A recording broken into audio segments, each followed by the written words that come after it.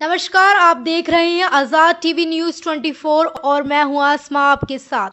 भारत की सांस्कृतिक एकता का भावपूर्ण उत्सव मनाते हुए वनवासी कल्याण आश्रम हरियाणा की रेवाड़ी इकाई की ओर से सोमवार शाम को रेवाड़ी के हुड्डा बाईपास स्थित जाट धर्मशाला में स्वागत एवं सांस्कृतिक कार्यक्रम का आयोजन किया गया। ये कार्यक्रम हरियाणा के शैक्षणिक भ्रमण पर आए पूर्वोत्तर भारत के छात्रों के सम्मान में किया गया। कार्यक्रम में गुरुग्राम मंडल कमिश्नर आरसी विधान ने बतौर मुख्य अतिथि और मुख्य वक्ता के तौर पर शिरकत की। वहीं राज इंटरनेशनल स्कूल के विद्यार्थी और शिक्षक गण स्वागत की भूमिका में रहे, जबकि मंच संचालन संजय की ओर से किया गया। आपको बता दें कि वनवासी कल्याण आश्रम की ओर से रविवार को गुरुग्राम में, सोमवार शाम को रेवाड़ी में तथा आज मंगलवार शाम को बावल में कार्यक्रम का आयोजन किया जाएगा। आज ये पूर्वोत्तर राज्य के वनवासी छात्रों का सांस्कृतिक कार्यक्रम था। इन्होंने बड़े अच्छे कार्यक्रम पेश किए और ऐसा लगा ही नहीं कि ये किसी अन्य राज्य से हैं, ऐसे ही लगा कि यहीं से घुले मिले हुए छात्र हैं ये। और ये नेशनल इंटीग्रेशन के लिए इस तरह के कार्यक्रम बहुत ज़रूरी है और इससे सभी लोगों को प्रेरणा भी मिलती है और इस तरह के कार्यक्रमों का आयोजन करते रहना चाहिए। ये अच्छा कार्य करने लग रहे हैं, देश को जोड़ने का कार्य करते हैं। सरकार की तरफ से अनेक स्कीमें चलाई जाती हैं जिससे कि ये सभी मुख्य धारा के अंदर जुड़े और अपने जीवन को आगे बढ़ाएं। Thank you sir. मैं आप लोगों को बधाई देता हूँ कि इस कार्यक्रम का आयोजन करने के लिए।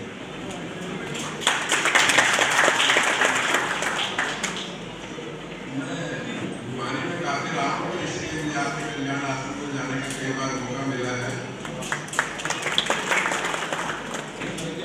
सबसे पहले मैं जान गया था, ये कई बार मिल चुका मुझे।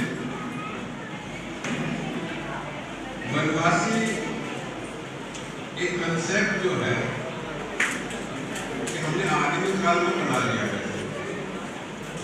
यहाँ पे जितने भी लोग बैठे हैं, ऐसा एक भी व्यक्ति नहीं है, इस धरती पे एक भी ऐसा व्यक्ति नहीं है जिसका पूर्वज कभी जंगल में ना रहता। सारे जंगलों से निकले हैं। फर्क इतना है, कुछ पहले निकले, कुछ निकलने लगे हैं। लेकिन समस्या यह है कि उनसे जो हमने सीख ली वो सीख नहीं ले पा रहे हैं। मैं आपको एक घटना सुनाता हूँ छोटी सी। 1998 से पहले अंडमान निकोबार में एक जनजाति है, जिन जनजातियों के लिए जंगलों में रहते हैं, वनवासी मर्द शब्द का इस्तेमाल करते हैं। जारवा नाम की जाति, एक छोटी सी प्राइस, छोटा सा आदिवासी समाज था। 1998 से पहले आधुनिक समाज के संपर्क में नहीं था, अलग ही रहते थे।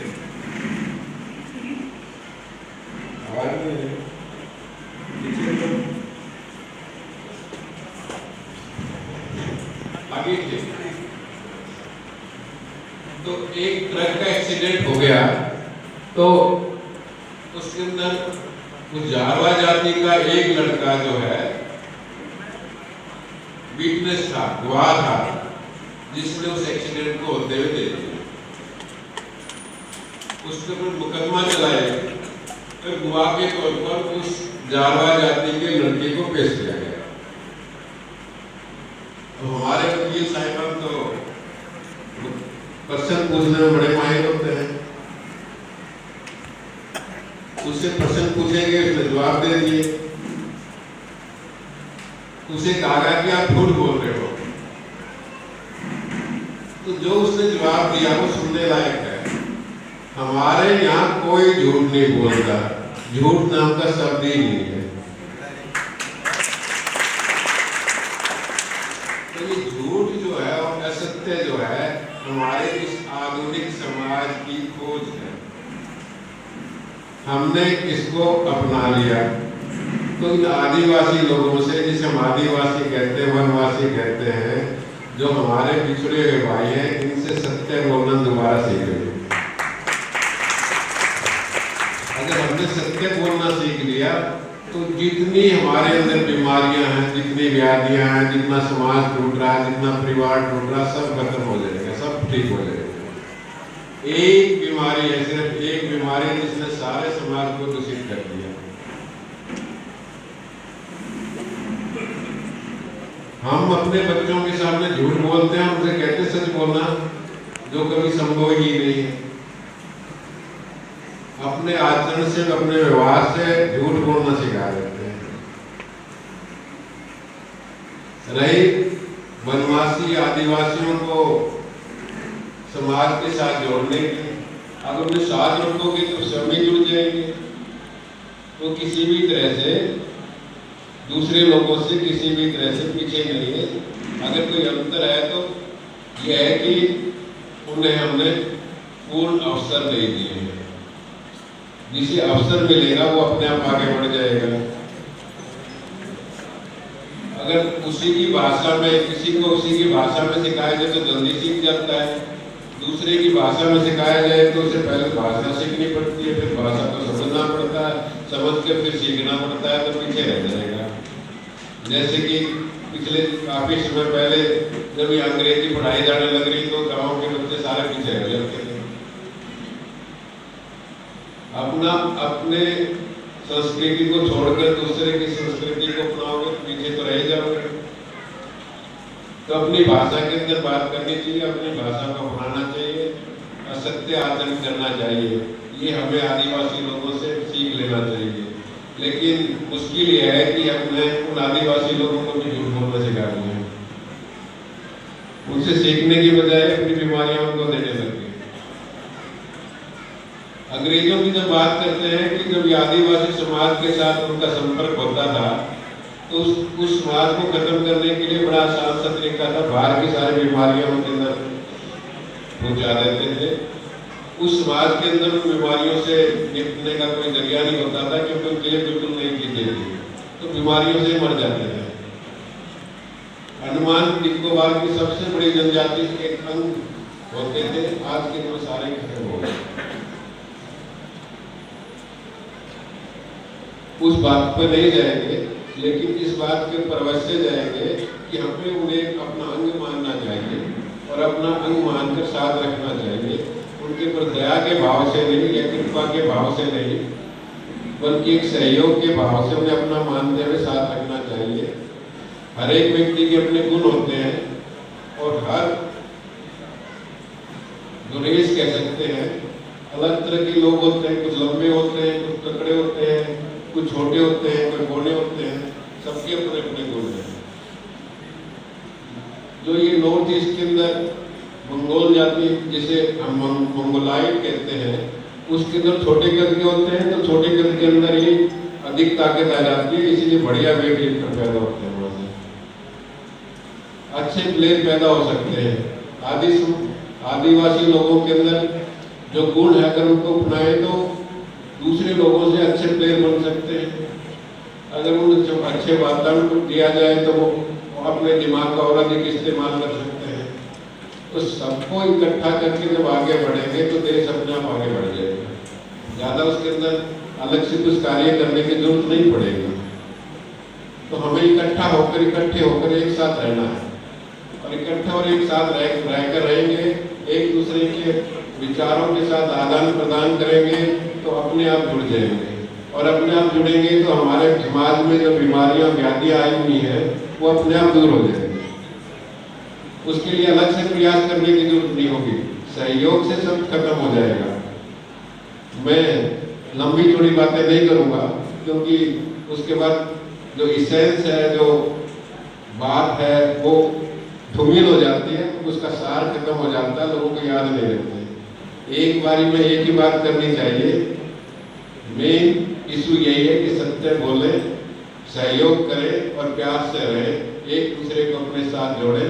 परिवार के अंदर जो है भी सहयोग करें, परिवार अपने पड़ोसी के साथ भी सहयोग करें। तो जो समाज के अंदर परिवार टूट रहे हैं वो ठीक हो जाएंगे, और अपनी संस्कृति को बाहर के बजाय अपने घर में बढ़ावा देंगे तो संस्कृति चारों तरफ फैल जाएगी। समस्या यह है कि अपनी संस्कृति अपने घर के अंदर ही कायम नहीं कर पा रहे आज के दिन। अगर हम अपने घर में कायम कर लेंगे तो उसको देखकर सभी सीख जाएंगे। इसलिए घर के अंदर अपनी संस्कृति को कायम करने के लिए डरना नहीं चाहिए। आजकल लोग डरते हैं, एक बच्चा है, 2 बच्चे हैं, कुछ कर लिया तो क्या करेंगे, ऐसा डर के माता पिता कामयाब नहीं हो सकते। फिर बुढ़ापे में दुखी होना पड़ता है। ऐसे जीवन का कोई फायदा नहीं है कि दुखी होते फिरे। कम खा पी के रह लो, लेकिन खुशी से रह लो तो आधी बीमारियां ठीक रहेंगी। नहीं तो डॉक्टरों के पास बैठे रहोगे और सारी कमाई डॉक्टरों को दे जाओगे। रही कमाई की बात, आज तक जितनी दुनिया हुई है, मुगल काल में अकबर बादशाह हुए हैं, उनके पास जितनी धनराशि थी उसकी जब कैलकुलेशन की गई आज के अनुसार तो कितना उनके पास पैसा था, आज तक किसी धरती में किसी के पास नहीं हुआ और होने की भी संभावना नहीं है। लेकिन उसका ये नहीं पता कि उसका पूर्वज आज के दिन कहाँ पर है। तो स्थायी कुछ नहीं है, सताई है ये जो जीवन है, इसमें जीवन प्रियम खुश रह लो। अगर आप खुश रहोगे तो स्वस्थ रहोगे। और हमारी परंपरा ये कहती है दोबारा फिर जन्म होगा तो अच्छा जन्म होगा, दुखी होकर जाओगे दुखी होकर ही आओगे। इसलिए खुश रहो, अपने परिवार को खुश रखो, अपने दोस्तों को खुश रखो, समाज को खुश रखो और एक दूसरे का सहयोग करो। इन्हीं बातों के साथ मैं ऑर्गेनाइजेशन को बुलाने के लिए धन्यवाद करता हूँ और ईश्वर से कामना करता हूँ कि यहाँ पर जितने भी लोग उपस्थित हैं वो और उनके सभी भाई बंधुओं पड़ोसियों को जीवन हमेशा खुशमय रहे, समृद्धिशाली बढ़े और हमेशा संतोष के साथ जिए। धन्यवाद। मेरा नाम विजय भगवान है। मैं कल्याण आश्रम का पूर्णकालीन कार्यकर्ता हूँ। पूर्णकालीन कार्यकर्ता उसे कहते हैं जो अपना पूरा समय संगठन कार्य में संगठन की योजना से लगाता है। वर्तमान में मेरे पास हरियाणा, पंजाब, दिल्ली, हिमाचल, उत्तराखंड और जम्मू कश्मीर ऐसे 6 प्रांतों का नगरों में जो कार्य चलता है उसका हमने देखा। वर्तमान आज जो ये कार्यक्रम आपने देखा, इस कार्यक्रम का हमने नाम रखा है पूर्वोत्तर छात्र सामाजिक समरसता यात्रा। ये जो बच्चे भिवानी से आए हैं वो सभी पूर्वोत्तर राज्यों से आकर के शिक्षा व संस्कार ग्रहण कर रहे हैं। इन बच्चों को हरियाणवी संस्कृति से रूबरू कराने के लिए ऐसी यात्रा का आयोजन हमने किया है। पहला कार्यक्रम हमारा 7 तारीख को जो है फरीदाबाद में रहा, 8 तारीख को गुरुग्राम में हो गया। आज हम आपके बीच है, कल बावल में जाने वाले हैं। आखिरी कार्यक्रम हमारा 19 तारीख को इसमें हांसी में होने वाला है। इस कार्यक्रम की एक मुख्य जो विशेषता है, इन बच्चों को हम परिवारों में ठहराते हैं। परिवार में बच्चा जाएगा, भोजन करेगा, अपना परिचय देगा, सामने से परिचय लेगा। उसका एक उद्देश्य ये भी है, उस बच्चे को लगना चाहिए कि रेवाड़ी में भी मेरा अपना एक परिवार है। पूर्वोत्तर राज्यों से जो आया है, यहाँ की संस्कृति नहीं मिलती, भाषा नहीं मिलती, यहाँ का खान पान नहीं मिलता, यहाँ तक के तापमान भी वहाँ 20 डिग्री से ज़्यादा नहीं होता। यहाँ के उसके बारे में हम सोच सकते हैं, फिर भी वो यहाँ रह करके हमारी संस्कृति को एडॉप्ट कर रहा है। तीसरी बात जो सबसे महत्वपूर्ण है, यहाँ रह करके ये जो बच्चे हैं, जो 43 बच्चे हैं, 43 गाँव से आए हैं, यहाँ हिंदू समाज के लिए, हिंदुत्व के लिए एक एम्बेसडर बन करके अपने क्षेत्र में जाएंगे। हिंदुत्व और हिंदू उसके लिए ये सब काम करेंगे। बच्चा पढ़ाई लिखाई करेगा, सक्षम बनेगा, एक अच्छा नागरिक बनेगा। लेकिन राष्ट्र के लिए मुझे कुछ करना चाहिए। समाज ने मुझे इस योग्य बनाया है, मैं समाज को क्या लौटा सकता हूँ, इस भाव, कर्तव्य भाव को लेकर के बच्चा अपने क्षेत्र में जाता है। आज ऐसे बहुत सारे उदाहरण हैं। लिम्बाराम जो खेल में ओलंपिक में जिसने पदक जीता, अभी एक एम्स में हमारा एक बच्चा जिसने MBBS पास किया त्रिपुरा का, वो एम्स में अपनी सेवाएं दे रहा है। तो ऐसा करके बहुत सारे ऐसे उदाहरण हैं जो बताने के लिए। मेरे पास तो एक और भी अच्छा उदाहरण है, भिवानी का एक छात्र +2 करके जब राजस्थान इसमें नागालैंड में गया, वहाँ जाते हैं उसको हिंदी टीचर का जॉब मिला।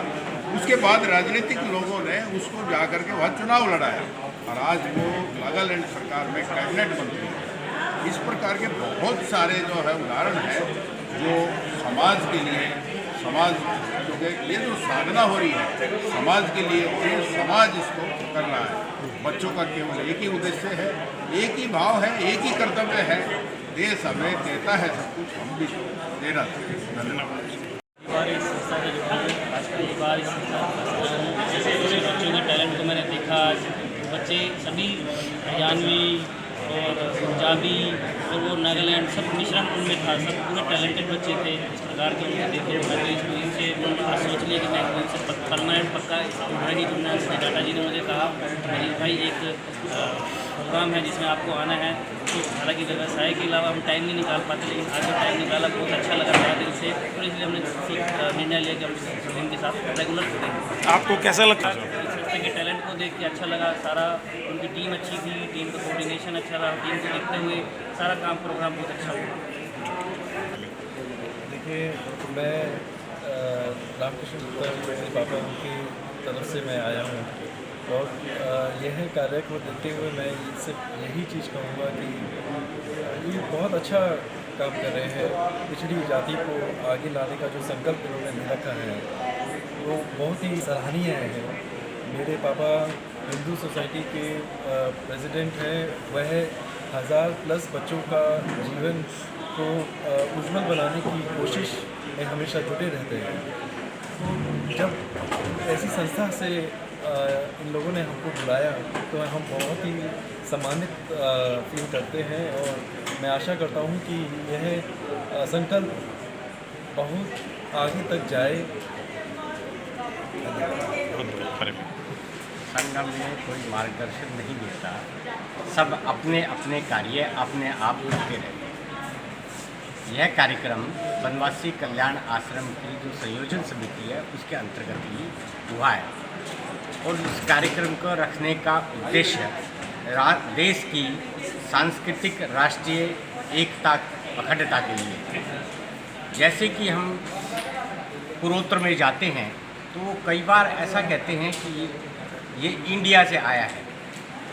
कंसेप्ट किस प्रकार का है, जो व्यक्ति ये कहता है कि ये इंडिया से आया है, तो उनको भारत की कल्पना कि भारत एक राष्ट्र है, इस राष्ट्र में त्रिपुरा से लेकर कश्मीर तक, कश्मीर से लेकर कन्याकुमारी तक यह राष्ट्र एक है, और इसके सभी नागरिकों में एक जैसी भावना रहे, समानता की भावना रहे, इस भावना के लिए कार्यक्रम किया जाता है। कैसा रहा कार्यक्रम? किस प्रकार का रहा ये केवल मेरी दृष्टि में नहीं, आपकी दृष्टि में भी जैसा रहा उचित रहा, ठीक रहा। जिन लोगों को आना था, जितने बुलाए गए लोग आए।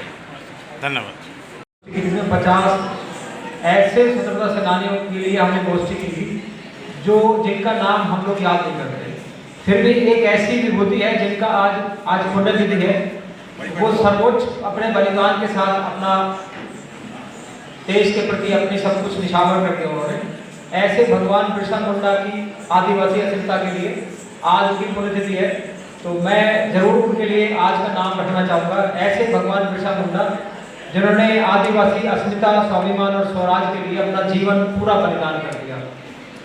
उनका संघर्ष आज भी हमें अन्याय और उसके विरुद्ध लड़ने के लिए प्रेरणा देता है। ऐसी और अधिक खबरें देखने के लिए बने रहिए आपके अपने चैनल आजाद टीवी न्यूज़ 24 पर।